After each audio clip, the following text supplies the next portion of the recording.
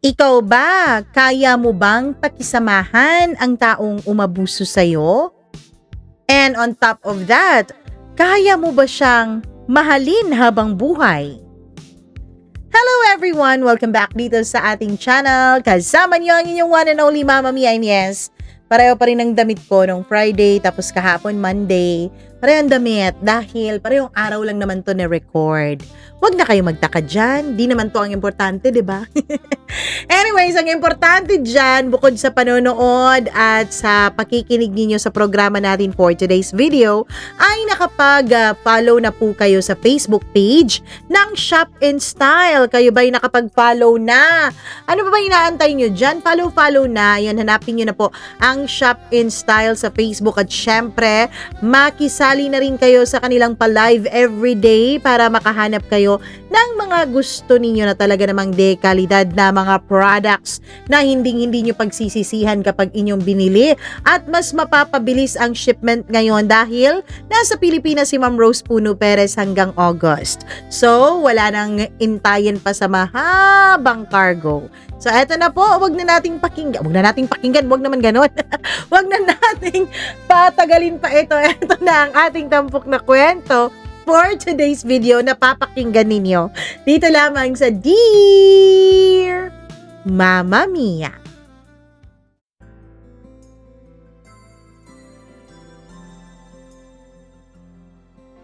Kahit gaano daw kahaba ang ating nilakbay, kahit ilang paliko-liko pa ang ating pagdaanan, magkandaligaw-ligaw pa tayo sa daan, mapupunta pa rin tayo sa mga bagay at sa tadhana na sa atin ay nakalaan.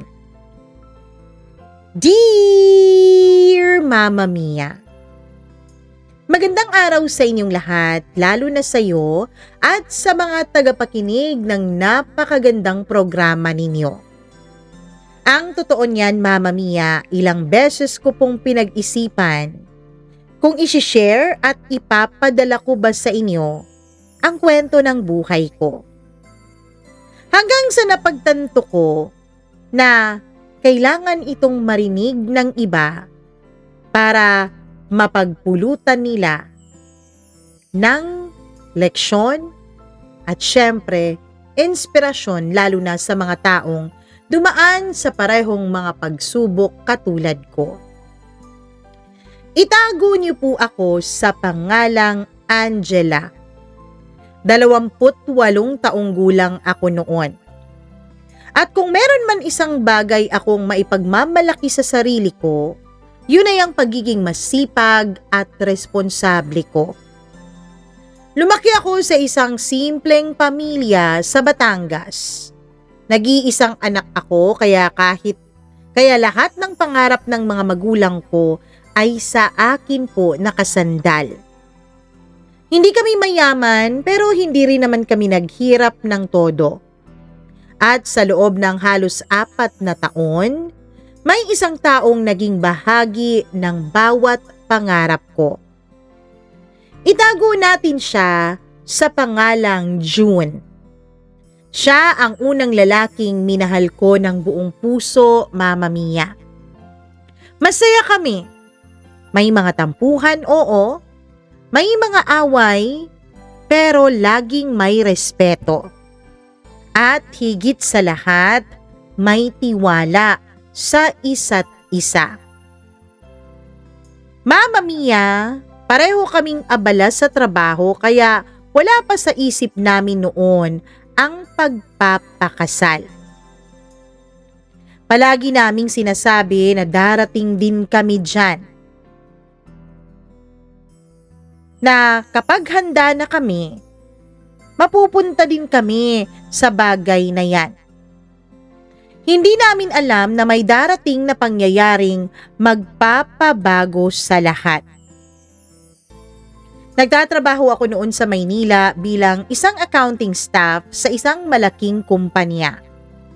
Nakatira ako sa boarding house kasama ang 2 kong mga kaibigan.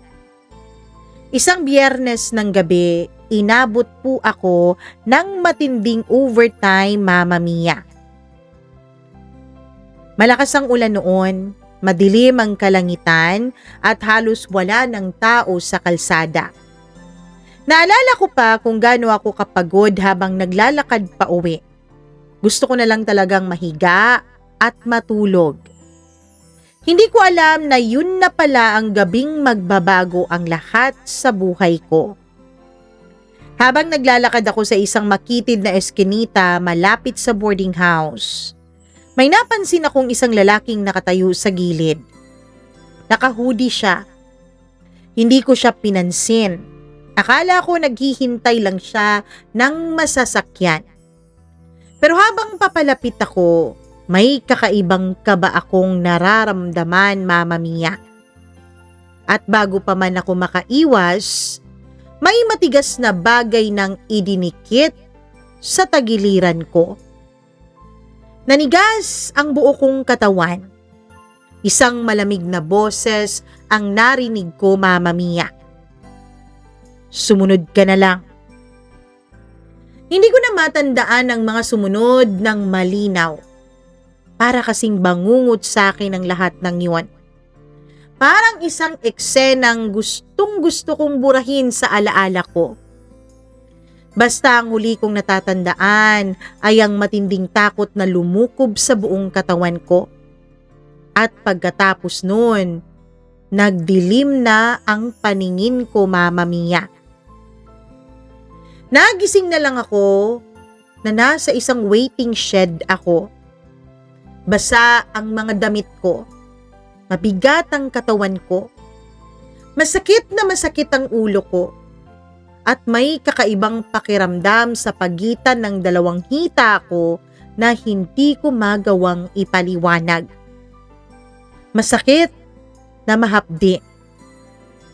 Pag-uwi ko sa boarding house, dun ko unti-unting nauunawaan na may masamang nangyari sa akin.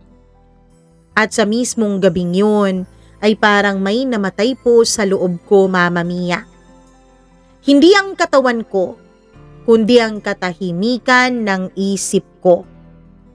Ang tiwala ko sa mundo, ang pakiramdam ko na ligtas ako.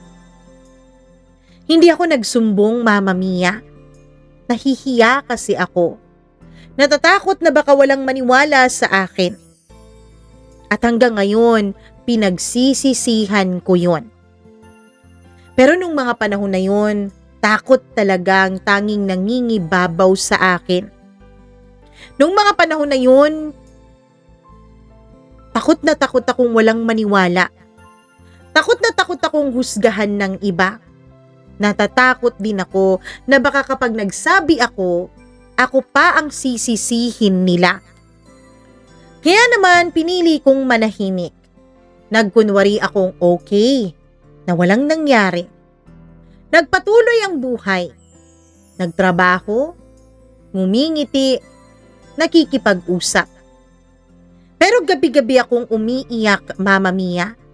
At gabi-gabi kong tinatanong ang sarili ko kung bakit ako. Bakit ako pa? Makalipas ang ilang linggo, nagsimula akong makaramdam ng kakaiba. Madalas akong nahihilo, madalas akong nasusuka. At isang umaga habang nasa opisina ako ay muntik pa talaga akong mawalan ng malay. At doon na ako nagsimulang makaramdam ng matinding kaba. Ayokong isipin, ayokong tanggapin. Pero alam ko sa sarili kong may mali. Pagkatapos ng trabaho, bumili agad ako ng pregnancy test kit sa pinakamalapit na pharmacy sa pinagtatrabahuan ko. Hindi ko pa man ginagamit, ngunit nanginginig na ang mga kamay ko habang hawak-hawak ko yun. Parang alam na ng puso ko ang magiging resulta. At nang makita ko nga ang dalawang guhit, Mama Mia, parang huminto sa pag-ikot ang mundo ko. Napaupo ako sa sahig at tuluyan na akong bumagsak. Hindi ko na maalala kung gaano talaga ako katagal na umiyak noon. Pero alam ko nung gabing yun na wala ang mga pangarap at pag-asa ko. Sa loob ng maraming araw, hindi ako lumabas ng kwarto. Nag-leave muna ako sa trabaho dahil hindi din naman ako makapag-concentrate, Mama Mia. Hindi ako sumasagot ng tawag. Hindi ako halos kumakain. Hindi din ako nakakatulog ng maayos. Pakiramdam ko kasi wala nang natitira sa akin. Puno ako ng takot, puno ako ng hiya, puno ako ng galit na hindi ko alam kung saan ko ipupunterya. Hindi ko naman kilala ang lalaking yon. Hanggang sa dumating ako sa puntong naniwala akong wala nang dahilan para magpatuloy pa. At yun ang pinakamadilim na yugto ng buhay ko, Mama Mia. Hindi dahil gusto ko nang mawala, kundi dahil hindi ko na alam kung paano pa ang muling mabuhay ng normal. Ngunit may isang pangyayari na naging dahilan para magbago ang direksyon ng lahat. At yun ang araw na dumating sa ospital ang mga magulang ko, kasama si June. At sa unang pagkakataon, kailangan ko nang sabihin sa kanila ang katotohanan. Nangimulat ko ang mga mata ko, nasa silid na ako ng ospital. Ang unang bumungad sa akin ay ang namumugto sa pag-iyak na mukha ng mama ko. Mahigpit niyang hawak-hawak noon ang kamay ko, na para bang natatakot siyang mawala ulit ako. Sa tabi niya nakatayo si Papa. Tahimik, pero kitang-kita ko ang sakit sa kanyang mga mata. At sa pinakadulong bahagi ng kwarto, nakatayo si June. Hindi ko mabasa ang ekspresyon niya. Hindi galit, hindi malungkot. Parang wala lang. Parang estranghero na hindi alam kung bakit siya naroroon sa silid na yon. Nang magkatinginan kami, Mama Mia, agad akong napaiyak. Ibinaling ko agad ang mukha ko sa kabilang direksyon. Nahihiya kasi talaga ako. Pakiramdam ko na dungisan ko na ang lahat ng mga pangarap naming dalawa. Pakiramdam ko, kasalanan ko ang lahat, Mama Mia. Anak, mahinang tawag ni Mama. Sabihin mo sa amin ang totoo. At dun ko na ibinuhos ang lahat, ang gabing yun. Yung takot na naramdaman ko na hindi ko maipaliwanag. Yung sakit pagkagising ko na nasa waiting shed na ako. At ang pag-iisa na nararamdaman ko. Pati na rin ang wala sa oras kong pagbubuntis, Mama Mia. At ang dahilan kung bakit ginusto ko na lang na sumuko sa buhay. Habang nagsasalita ako, hindi talaga tumigil sa pag-iyak si Mama. Si Papa naman ay tila mas lalo pang tumahimik. Habang si June, hindi man lang kumikibo. Para siyang statwa, parang isang bato na parang wala siyang nararamdaman. At dun ko napagtanto, Mama Mia, na minsan, mas masakit pala kapag walang reaksyon sa'yo yung taong mahal mo. Pagkatapos kong magsalita, walang nagsalita sa kanilang tatlo ng ilang minuto. Tanging tunog ng aircon sa ospital at hikbi ko ang maririnig sa paligid. Hanggang sa biglang tumayo si June. Akala ko lalapitan niya ako. Akala ko yayakapin niya ako, Mama Mia. Akala ko sasabihin niyang nandito lamang siya. Pero nagkamali ako. Ang ginawa niya ay lumabas siya ng kwarto. Walang sinabi, hindi man lang lumingon, walang kahit na ano. At doon ako tuluyang nadurog. Pagkalipas ng ilang araw, pinauwi na ako ng doktor.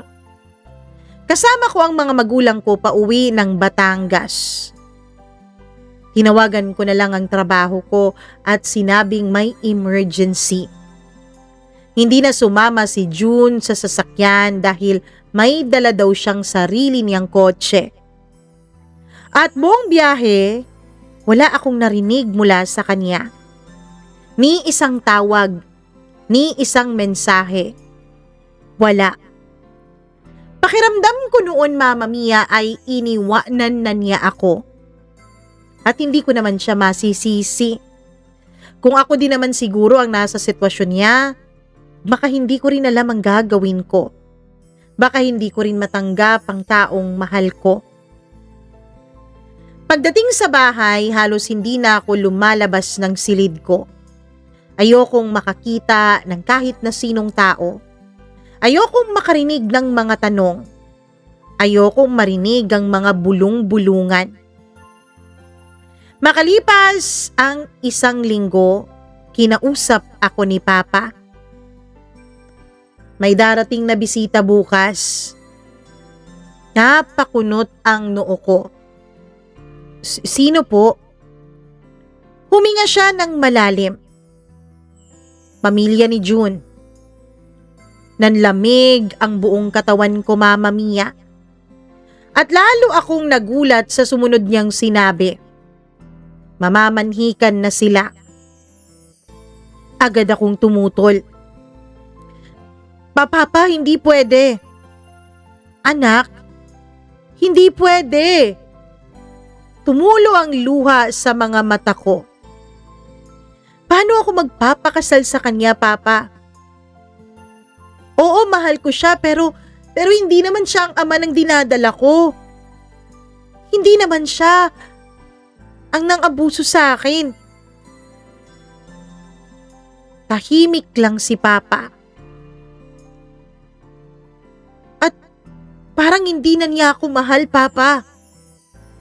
Mahal ka pa rin niya. Hindi po. Kitaan niyo yung reaksyon niya sa ospital? Hindi siya nagpakita sa atin dito, 'di ba? Nasaktan lang si June, anak. At paano? Paano kung hindi niya matanggap ang batang dinadala ko? Paulit-ulit akong umiling ng umiling, Mama Mia.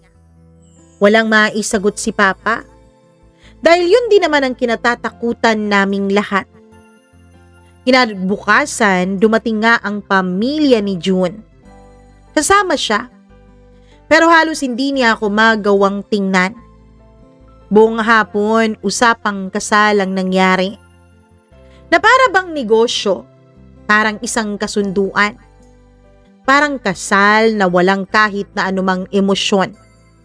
Na parang wala akong karapatang magdesisyon para sa sarili kong buhay. Hanggang sa marinig ko mismo kay June ang dahilan kung bakit siya pumayag. Responsibilidad ko siya. Girlfriend ko siya. Parang may kutsilyong tumarak sa dibdib ko. Hindi niya sinabing mahal niya ako. Hindi niya sinabing gusto niya akong makasama. Isa lamang akong responsibilidad, Mama Mia. Yun lang. Responsibilidad niya dahil girlfriend niya. At 2 buwan lang matapos ang ginawang pamamanhikan ay ikinasal kaming dalawa ni June. Simple lang ang seremonya. Tahimik. Walang gaanong maraming bisita. At kahit nakasuot ako ng puting bestida, hindi ako masaya, Mama Mia. Ang kasal ko ay hindi katulad ng nararamdaman ng mga babaeng ikinakasal, na excited at masayang masaya. Pakiramdam ko nga sa araw na yon, hindi ako ikinakasal eh. Pakiramdam ko ipinapasa lang ako mula sa isang problema papunta sa iba pa. Habang naglalakad ako sa aisle ay nakita ko si June sa may altar. Gwapo pa rin siya. Mahal ko pa rin siya. Pero ramdam kong napakalayo na niya. Sobrang layo. Nung gabing yun, nagsimula ang totoong bangungot para sa akin. Hindi naman ako sinisigawan ni June. Hindi din naman siya nananakit. Hindi siya nagwawala. Pakiramdam ko nga mas masahol pa doon. Dahil pakiramdam ko, hindi na niya ako minahal. Trinato na lamang niya ako na parang isang malaking obligasyon. Parang utang na kailangan niyang bayaran. Parang isang pagkakamaling kailangan niyang tiisin. At sa bawat araw na lumilipas, mas lalo kong nararamdamang unti-unti akong nawawala. Sa harap ng mga magulang ko, mabait si June. Magalang, masipag, mapagmahal na asawa. Pero kapag kaming dalawa na lang, parang nagiging ibang tao siya. Malamig, mataray, palaging galit. At palagi niyang pinaparamdam na hindi niya anak ang batang nasa sinapupunan ko. Hindi niya direktang sinasabi pero ramdam ko yun, Mama Mia. Sa bawat tingin, sa bawat salita, sa bawat pananahimik niya. Isang gabi habang naghahapunan kami ay bigla niyang sinabi, "Alam mo ba kung anong pinakamahirap?" Napatingin ako sa kanya. Yung mahal mo ang isang tao, pero araw-araw kang pinapaalalahanan na may nangyari sa kanya na hindi mo na mababago. Mama Mia, para pong may dalawang kamay na sunod-sunod na sumuntok sa puso ko. Dahil alam ko naman ako yung tinutukoy niya. At alam kong kahit kailan, hindi niya tunay na napatawad ang nangyari sa akin. Kahit alam naman niyang hindi ko rin yun ginusto. Doon nagsimulang mabuo sa isip ko ang isang katotohanang ayaw kong tanggapin. Hindi talaga sapat ang pagmamahal para mabuo ang isang pamilya. Minsan, kailangan din ng matinding paghilom. At pareho kaming wala noon ni June. Pareho kaming sugatan. Pareho kaming galit sa mundong hindi namin kontrolado.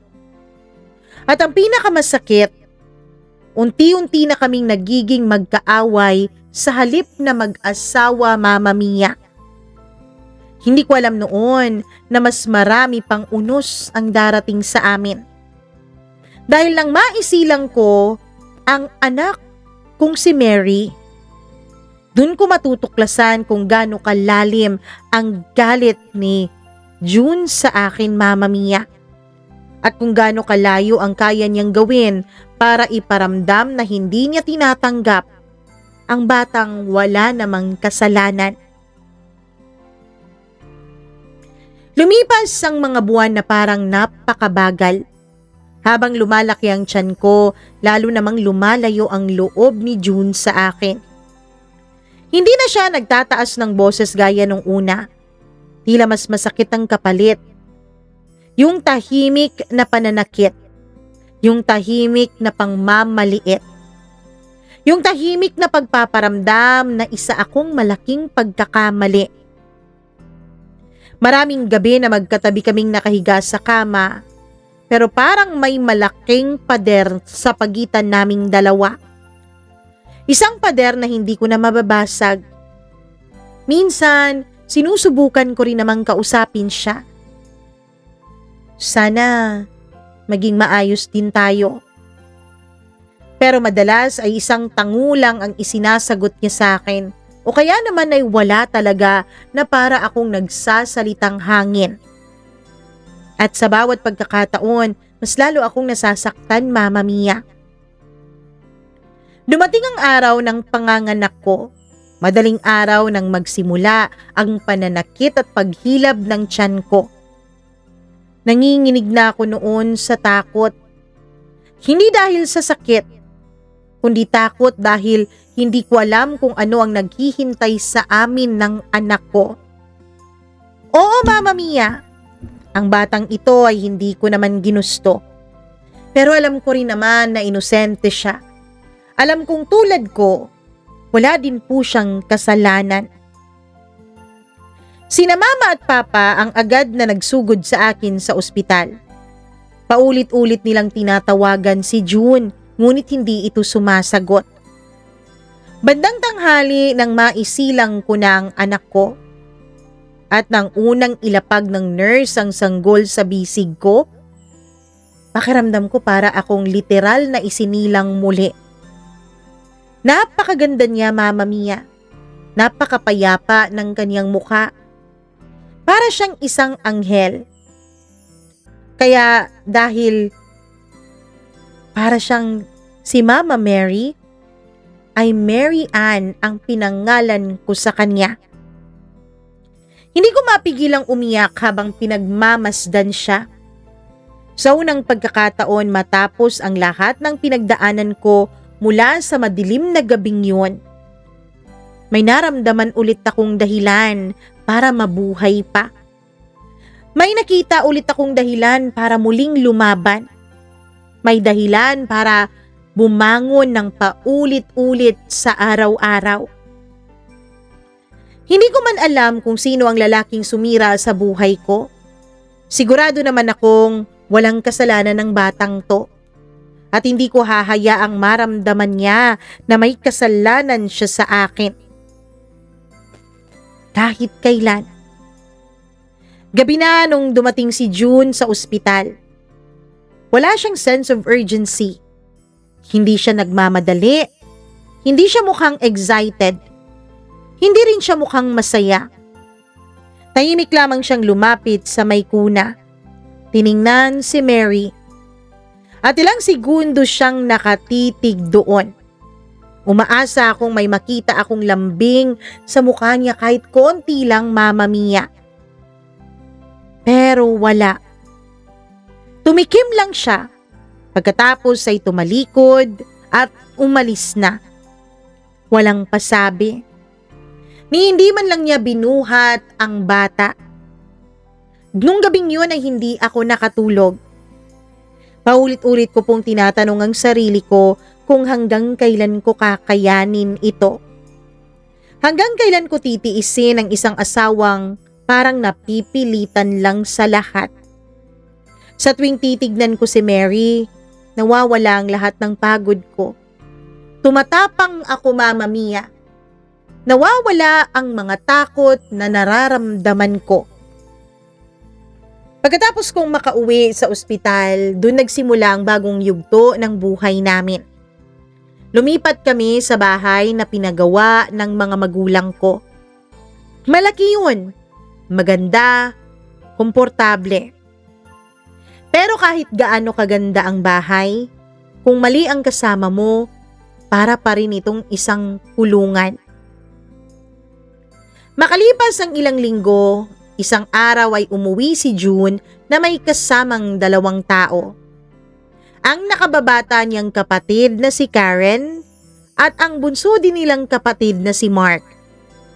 Pareho pang nag-aaral sa kolehiyo ang mga ito.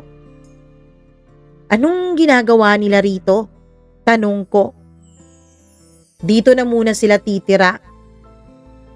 Parang simpleng bagay lang ang sinabi niya. Hindi man lang niya ako kinonsulta. Hindi man lang niya ako tinanong. Na kung tutuusin, regalo ng mga magulang ko ang bahay na yun para sa amin. Kaya kung meron mang mas may karapatan sa aming dalawa, siguro naman ako yun, Mama Mia. Pero hindi yun kinonsidera ni June. Basta na lang siyang nagdesisyon na para bang inaasahan niyang susunod lang ako. Kahit ganun pa man, pinilit kong intindihin. Baka gusto lang niyang tulungan ang pamilya niya. Baka kailangan lang talaga ng mga kapatid niya ng matutuluyan. Kaya pumayag ako. Pero habang tumatagal, napagtanto kong mali ang naging desisyon ko, Mama Mia. Pareho silang dalawa na walang respeto sa may-ari ng bahay. Hindi sila tumutulong sa mga gawaing bahay. Lahat pinapagawa nila sa kasambahay na para bang dun talaga sila nakatira. Pakiramdam nila, Mama Mia, sila ang may-ari ng bahay.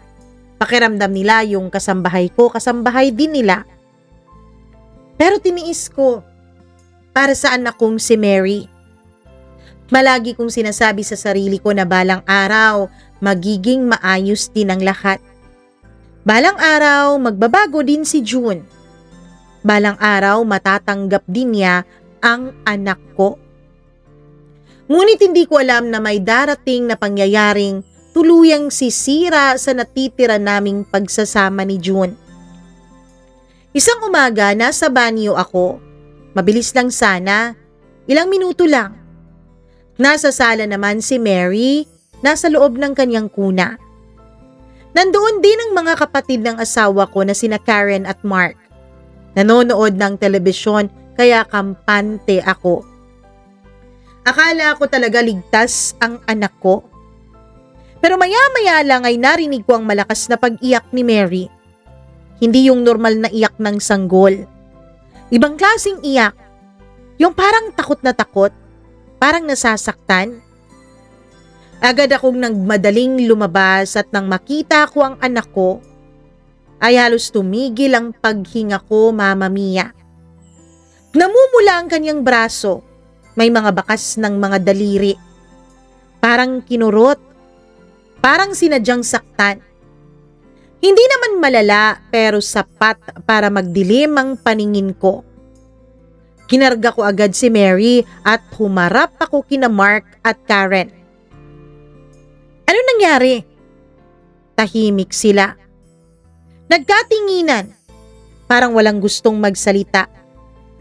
Paulit-ulit kong tinanong hanggang sa napaiyak si Karen.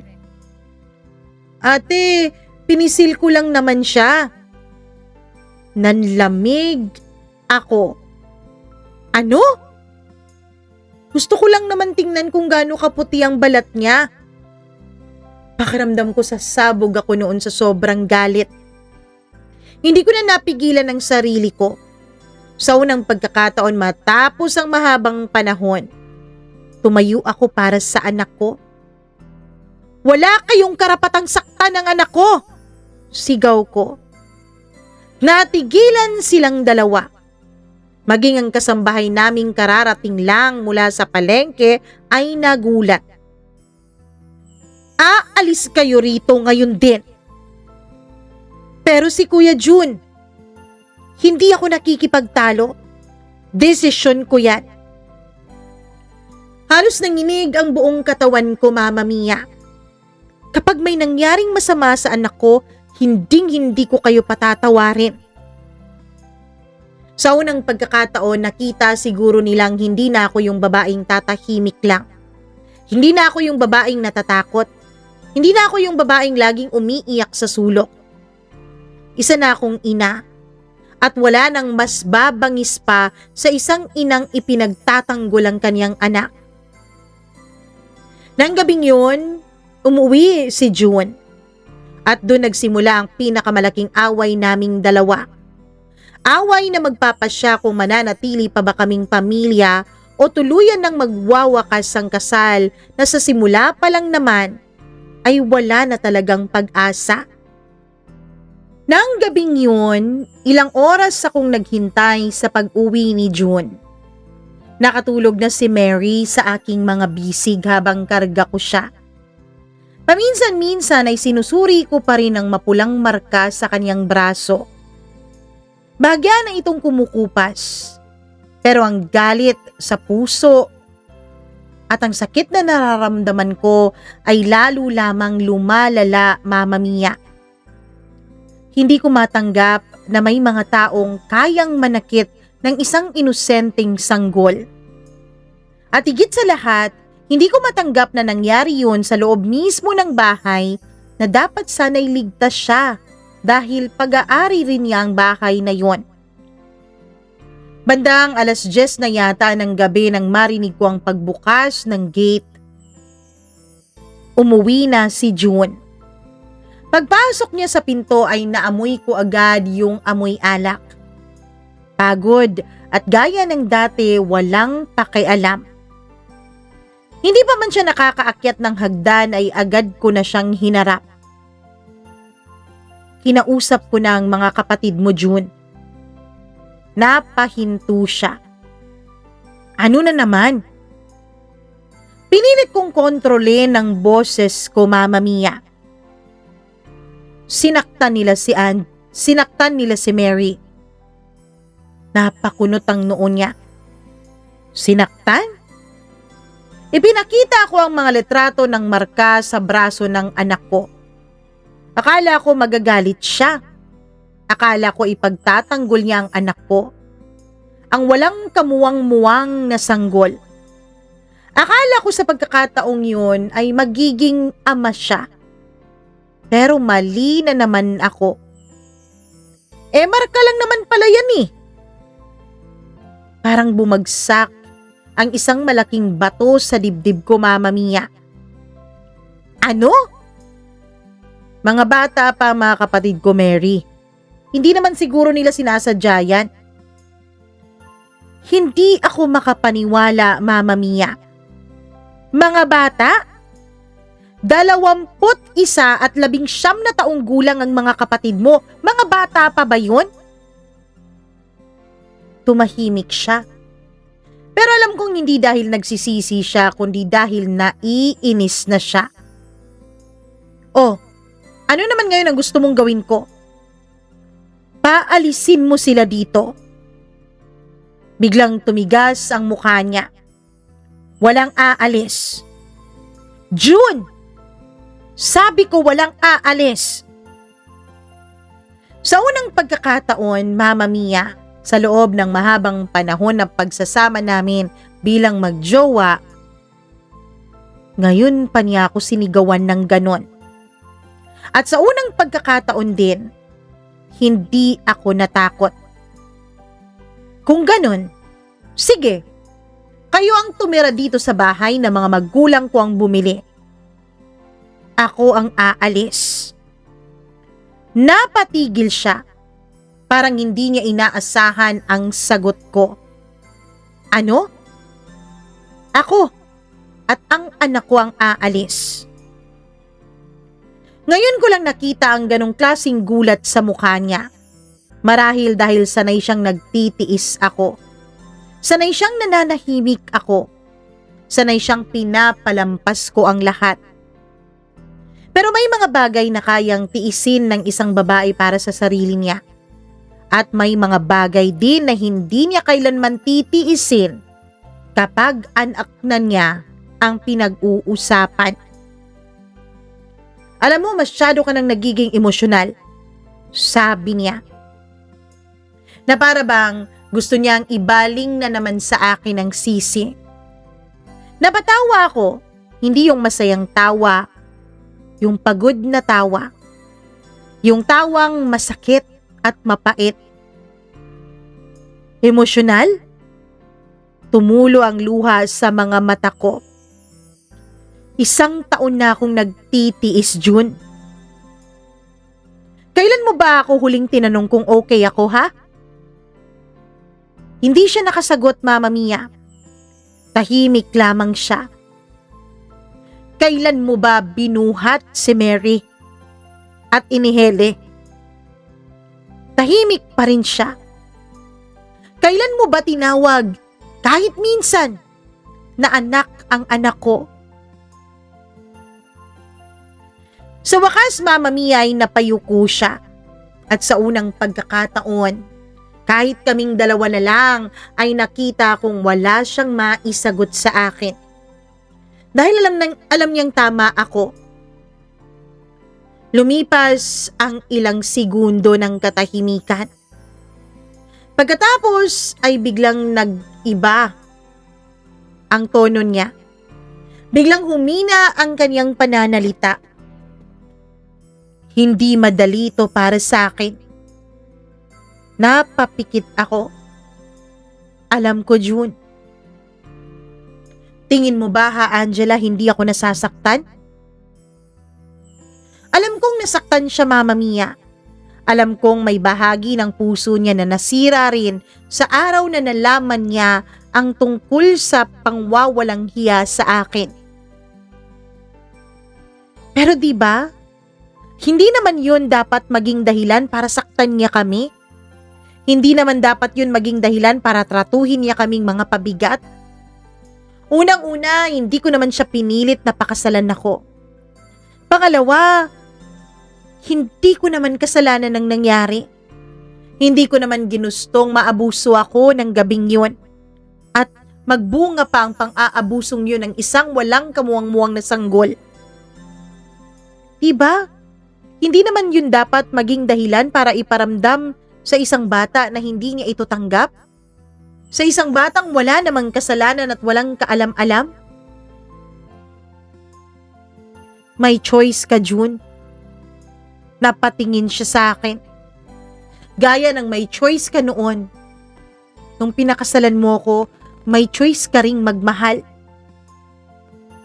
Pero araw-araw mong pinipiling magalit. Tumulo ang luha ko. Hindi siya sumagot at doon ko tuluyang naunawaan ang katotohanan. Hindi talaga siya yung lalaking minahal ko noon. O marahil, hindi na rin ako yung babaeng minahal niya dati. Kinabukasan, Mama Mia, ay tinuloy ko nga ang sinabi kong kami ang aalis ni Mary. Kasama ko si Mary, bumalik ako sa bahay ng mga magulang ko. Wala akong dalang galit, wala akong dalang paghihiganti. Pagod na lang talaga ako sa pagsasama namin ni June. Napagod na ako sa pag-iintindi, sa pagtitiis. Nang makita ako ni Mama na may mga maleta, agad siyang napaiyak. Alam na niya. Hindi na niya kailangang magtanong pa. Niyakap niya ako ng mahigpit. At sa unang pagkakataon matapos ang napakahabang panahon, pakiramdam ko ligtas ulit ako. Hindi natuwa si Papa sa mga nalaman niya. Lalo na nang makita niya ang mga larawan ng mga marka ni Mary sa kanyang mga braso. Tahimik lang siya nung una. Pero alam kong galit na ang Papa ko. Sumusobra na to. Yun lang ang sinabi niya. At alam kong may desisyon na siyang ginawa. Makalipas ang ilang araw, sinubukan akong sunduin ni June. Paulit-ulit siyang pumupunta sa bahay. Paulit-ulit siyang tumatawag.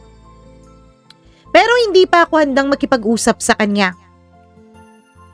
Hindi pa ako handang bumalik, Mama Mia. Hindi na ako sigurado kung may babalikan pa ba ako. At habang lumilipas ang mga linggo, mas lalo kong napagtanto na mas payapa ang buhay naming mag-ina kapag wala siya. Mas tahimik, mas masaya, mas magaan. Ngunit hindi pa tapos ang kwento dahil isang araw may isang lihim na mabubunyag. Isang lihim na matagal nang itinago ni June. At nang malaman ko yun, doon ko tuluyang naunawaan kung bakit gano'n na lang kalalim ang galit niya sa akin. At kung bakit kailanman ay hindi niya magawa-gawang mahalin si Mary. 3 buwan na kaming magkahiwalay noon ni June nang magsimulang magbago ang lahat, Mama Mia. Sa loob ng 3 buwang iyon, hindi ko na siya kinakausap. Hindi dahil galit ako, kundi dahil kailangan kong buuin muli ang sarili ko. Sa unang pagkakataon matapos ang napakaraming taon, natutunan kong huminga ng hindi natatakot. Natutunan kong gumising ng walang kaba. At higit sa lahat, natutunan kong maging ina para kay Mary nang hindi laging umiiyak. Unti-unti akong bumabangon. Unti-unti akong gumagaling. Pero hindi ko alam na may isang katotohanang matagal nang nakatago sa likod ng lahat ng mga nangyari. At malapit ko na palang matuklasan ang katotohanan na yun. Isang hapon, nasa sala kami ni Mama habang naglalaro din si Mary sa tabi namin. 2 taong gulang ng anak ko noon. Napakakulit na bata, masayahin, at napakatalino niya para sa kanyang edad. Habang tumatawa siya, napansin kong may sasakyang pumarada sa harap ng bahay. Pagbukas ng gate ay nakita ko si Liza, pinsan ni June. Close kami ni Liza noon, Mama Mia. Kaya nagtaka talaga ako kung bakit siya naparoon ng walang pasabi sa akin.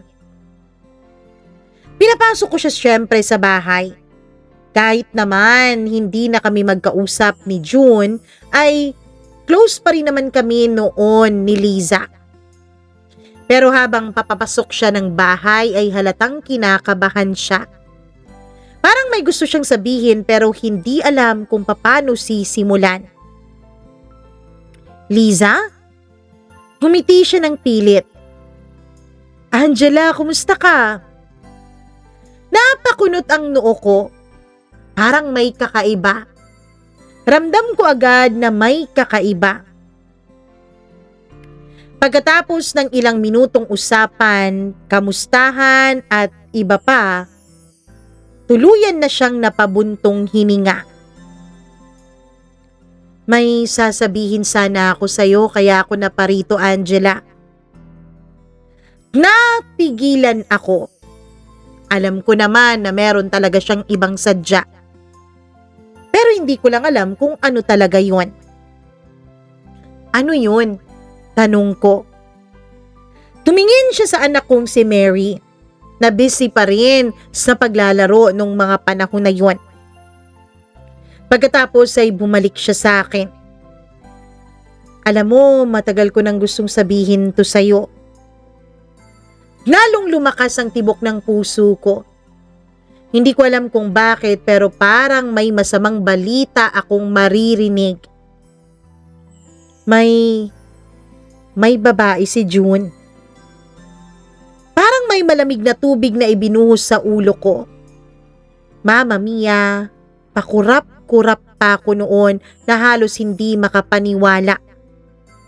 Hindi dahil mahal ko pa si June kundi dahil hindi ko inaasahan na may mga ganun pala siyang pag-uugali.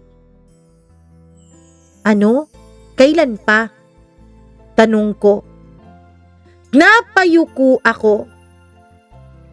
Ilang buwan bago pa kayo ikinasal. Siguro mga 6 months. Natigilan ako, Mama Mia. Pakiramdam ko talaga tumigil ang oras. 6 months? Bago ang kasal namin? Tumango siya. At dun nagsimulang gumuho ang lahat ng akala ko alam ko. Ibig sabihin, bago pa man ako nagawan ng masama nung lalaking yun, ay may kinakalantari na palang iba ang boyfriend ko. Bago pa pala ako magbuntis kay Mary, ay may ibang babae na pala, si June. Ayon kay Liza, Mama Mia, ang babaeng yun ay matagal na palang karelasyon ni June sa Maynila. Kasamahan daw niya ito sa trabaho. Tahimik lang daw ang relasyon nila dahil alam nilang may ako pa noon. At nang mabuntis nga ako, napilitan silang putulin ang relasyon nila. Hindi dahil sa gusto niya, kundi dahil napilitan si June. Dahil sa kahihiyan, dahil sa pressure, dahil sa pamilya nila, dahil daw sa akin. O yun yata ang tingin ni Liza. Parang wala siyang alam, Mama Mia, tungkol sa tunay na pagkatao ng anak ko. Parang hindi niya alam na hindi anak ni June si Mary. Hindi ako makapagsalita, hindi ako makagalaw, hindi ako makaiyak. Pakiramdam ko, Mama Mia, humigpit ang dibdib ko. Sa loob kasi ng mahabang panahon, akala ko galit lang siya dahil sa nangyari sa akin . Akala ko nasaktan ko lang siya. Akala ko nahirapan lang talaga siyang tanggapin yung sitwasyon. Pero may isa pa palang dahilan. Mas malalim, mas makasarili, at mas masakit. Tingin mo ba, Lisa, minahal ako ng pinsan mo? Tanong ko. Tahimik si Liza. Tumulo ang luha sa mga mata ko dahil pakiramdam ko ang katahimikan na yun ay ang sagot na sa tanong ko, Mama Mia. Hindi dahil gusto ko pang balikan si June ha, kundi dahil ngayon ko lang napagtanto na baka matagal na pala akong lumalaban para sa relasyong matagal nang tapos. Baka kung hindi ako nabuntis, humanap na ng paraan si June para maghiwalay kaming dalawa. Baka habang pinaglalaban ko yung pagsasama namin, siya naman pala ay nagluluksa sa pagkawala ng ibang babae sa buhay niya. Mas masakit pang sumunod kong nalaman. Pagkatapos naming ikasal, hindi pala talaga tuluyang natapos ang komunikasyon nila dun sa babaeng yon. Paminsan-minsan ay nag-uusap pa rin daw sila. Nagkikita at nagkakape. Nalaman ito ni Lisa dahil nakita niya yung kapatid nung babae na kaibigan din ni Lisa. Minsan daw, Mama Mia, nagkakasama pa si June at yung babae sa mga lakad ng hindi ko alam. Hindi na raman daw opisyal na muling naging sila, pero hindi rin sila tuluyang naghiwalay ng landas. Para bang naghihintayan lang silang dalawa. Naghihintay na tuluyan kaming masira ni June. Hindi ko alam kung gaano katagal akong umiyak ng araw na yon. Hindi dahil sa pagtataksil na natuklasan ko, kundi dahil sa katotohanang wala pala talaga akong laban sa simula pa lang. Paano mo lalabanan ng taong matagal nang nasa puso ni June? Ang taong dahilan kung bakit pinaplano na niya pala ako noong iwanan at talikuran. Paano mo pipilitin ang isang taong mahalin ka kung may mahal na pala siyang iba? Paano mo mabubuo ang isang pamilyang ikaw lang naman ang may gustong buuin ito? Kinagabihan habang tulog si Mary ay napaupo ako sa veranda ng bahay namin. Nahimik, malamig ang hangin. At sa unang pagkakataon wala akong galit na nararamdaman kay June. Awa yung nararamdaman ko sa kanya. Dahil sa huli, hindi rin siya naging masaya kasama ang babaeng totoong mahal niya. Sinira din niya ang buhay niya. Sinira niya rin kami na pamilya niya. At sinaktan din niya ang mga taong wala namang kasalanan. Lahat dahil hindi niya kayang harapin ang sarili niyang mga desisyon. Makalipas ang ilang linggo, may dumating na balitang lalong nagpabago sa lahat. Nakipagkita si June sa akin. Pagod siya, parang pumayat, at parang may mabigat na dinadala. Nung araw na yun ay may isang bagay siyang inamin, at ang pagtatapat niyang yun ang tuluyang nagsara sa kabanata ng aming nakaraan. Mama Mia, hindi ko agad tinanggap ang kahilingan ni June na makipagkita. Sa totoo lang, wala naman kasi na akong nakikitang dahilan. Tapos na kami. Wala na akong hinihintay na paliwanag mula sa kanya. At wala na rin akong balak noon na balikan ang aming nakaraan. Ngunit matapos ang ilang araw na paulit-ulit niyang paghingi ng pagkakataong makausap ako, ay pumayag na rin ako.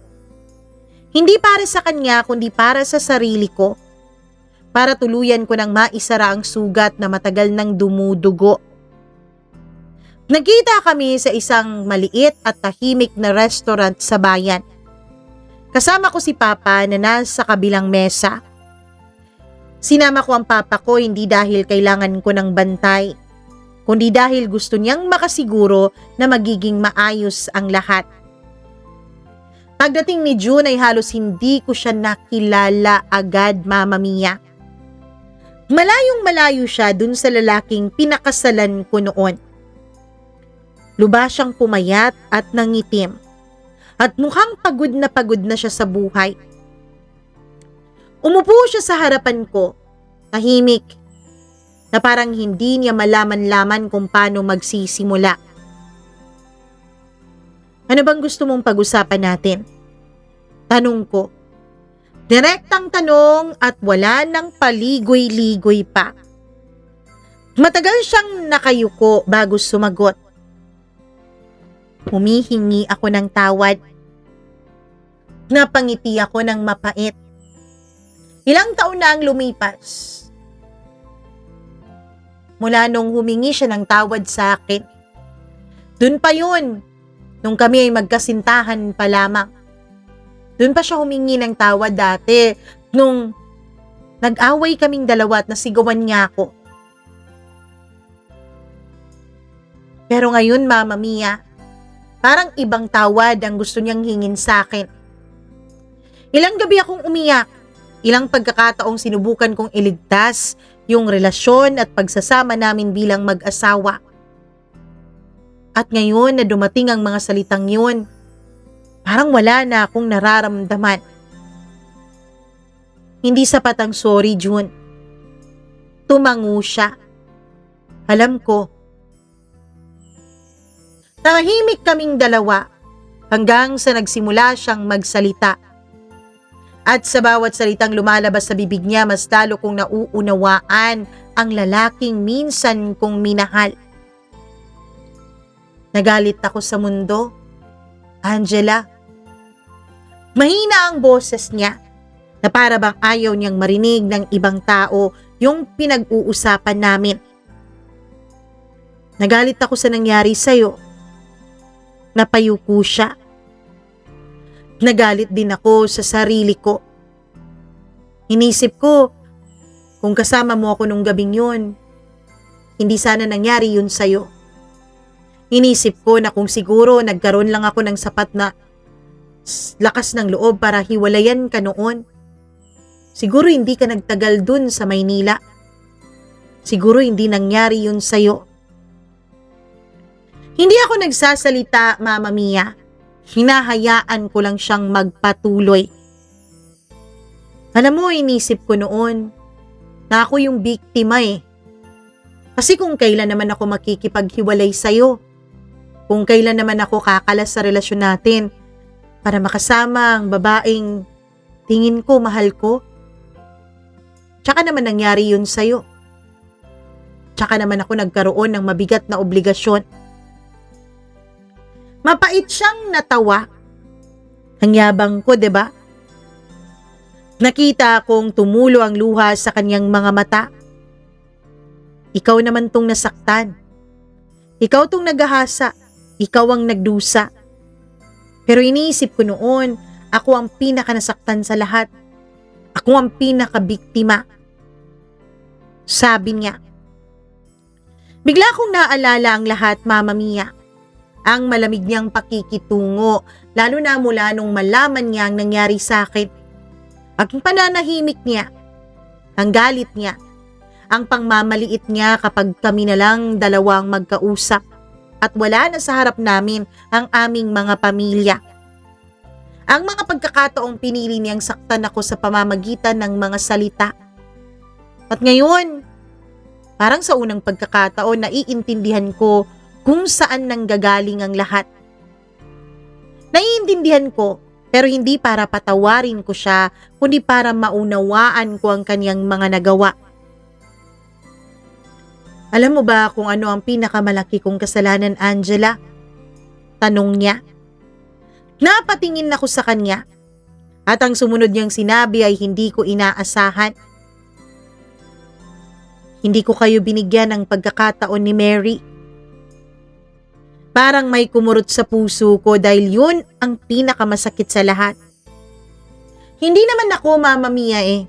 Kaya ko namang tiisin kung ako lang. Kundi yung anak ko. Alam mo ba, araw-araw ko siyang tinitingnan noon. Nanginginig ang boses niya habang nagsasalita. At sa halip na makita ang isang inosenteng bata, ang nakikita ko ay lahat ng bagay na hindi ko matanggap. Lahat ng kaduwagan ko sa sarili ko. Tahimik akong nakinig. Hindi ko siya dinipensahan. Hindi ko siya pinatawad. Kundi dahil alam kong kailangan niyang sabihin ang lahat ng yon para gumaan-gaan ang puso niya. At kailangan niyang harapin yung buong katotohanan. Pero habang lumalaki si Mary, mas lalo kong nakitang wala pala talaga siyang kasalanan. Ngumiti siya ng malungkot habang sinasabi niya yon, Mama Mia, at patuloy pa ring tumutulo ang luha sa kanyang mga mata. At nung umalis kayo, napahawak siya sa mukha niya. Doon ko lang na-realize kung gaano kalaki ang nawala sa akin. Mama Mia, hindi ko alam kung totoo bang nagsisisi na si June. Pero isang bagay lang ang sigurado ako. Totoo ang sakit na nakikita ko sa mga mata niya. At sa unang pagkakataon matapos ang mga nangyari ay mukha siyang tao. Hindi yung halimaw na nakikita ko. Hindi yung kontrabida, kundi isang lalaking gumawa ng napakaraming maling desisyon. At ngayon ay tila pinagbabayaran na niya ang lahat ng yon. May pag-asa pa ba ako, Angela? Tanong niya. Napatingin ako sa kanya at doon ko nakita ang tao na matagal na niyang ang tanong na matagal na niyang gustong itanong. Hindi bilang asawa, kundi bilang isang lalaki. Huminga ako ng malalim at dahan-dahang umiling. Agad siyang napayuko, pero pinagpatuloy ko ang sasabihin ko. Hindi na bilang asawa ko. At lalong hindi na bilang maging mabuting ama ka kay Mary. Napatingin siya sa akin. Hindi mo naman anak si Mary, June. Hindi mo naman siya kargo. Hindi mo siya totoong obligasyon. Nanginig ang labi niya, tuluyan siyang napaiyak. Sa unang pagkakataon mula nung makilala ko siya ay nakita kong umiyak talaga ng todo. As in, walang inhibitions, walang limit si June, Mama Mia. Hindi dahil sa sarili niya, hindi dahil nasaktan ang ego niya, kundi dahil alam niyang hindi na niya maibabalik ang mga taong nasayang. At ang mga taon na nasayang sa pagitan naming dalawa. Hindi na maibabalik ang mga pagkakataon pinili niyang lumayo. Hindi niya maibabalik ang pagiging isang mabuting asawa at ama na kusa naman niyang tinanggihan noon. Pagkatapos ng pag-uusap namin na yun ay tuluyan na naming sinimula ng legal na paghihiwalay. Walang sigawan, walang gulo, walang higantihan. Pagod na kasi kaming pareho, Mama Mia. At minsan, ang pinakamagandang wakas ay hindi ang pagbabalikan, kundi ang pagpapalaya ninyo sa isa't isa. Ngunit hindi pa doon nagtatapos ang kwento ko. Dahil makalipas ang 2 taon, may isang tao palang darating sa buhay naming dalawa ni Mary.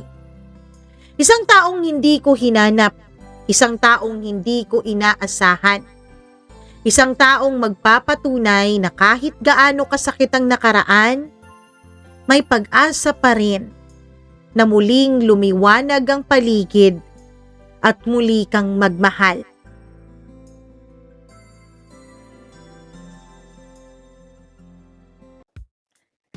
Yes! Muli kang magmahal. Bukas.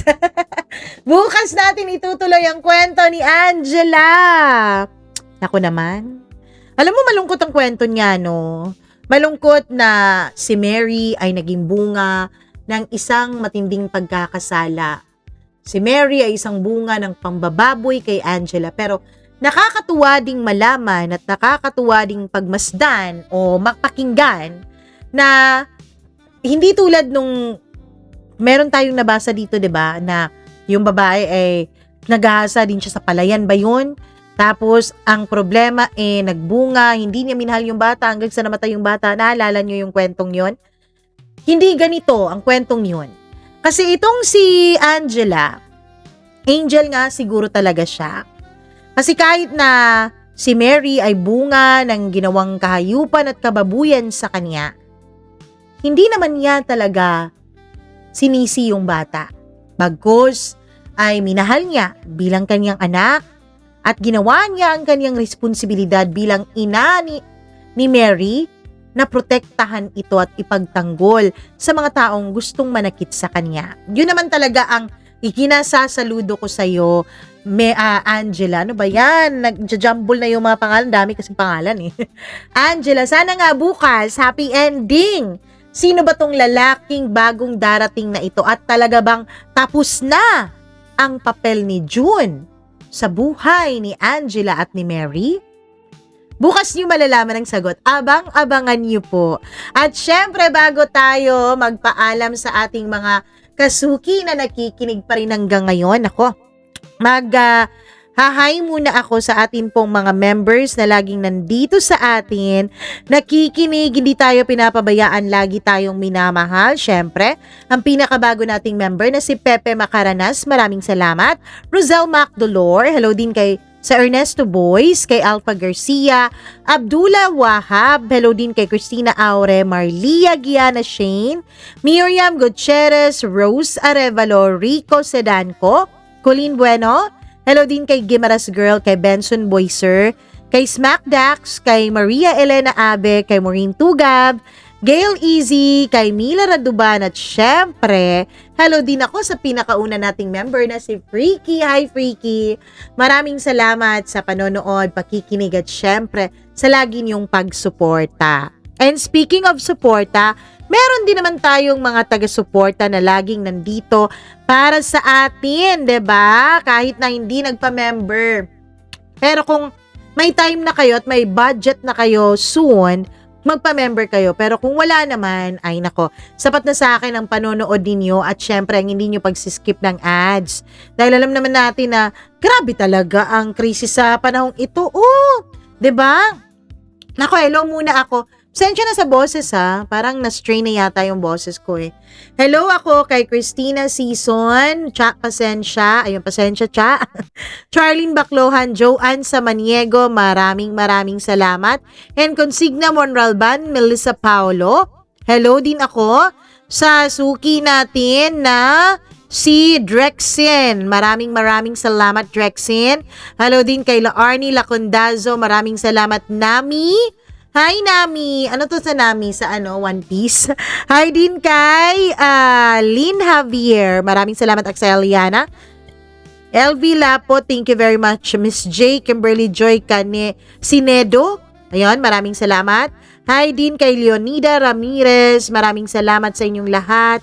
Sa lahat na nakikinig sa atin, thank you very much. Fredeline Balao, Jonalyn Kabudol, at sa lahat ninyo, maraming salamat. At sa mga hindi po natin nabanggit na mga pangalan, huwag po kayong magsasawang makinig sa atin, manood, at syempre mag-message, at syempre mag-like at mag-share. Dahil baka sa susunod nating kwento, pangalan nyo na po ang mababanggit natin. Ano daw? Maraming salamat po muli. Ako po si Mama Mia. Hanggang sa susunod nating kwento, ingat po kayo palagi. I love you all so much. Mwah! Paalam, buyers!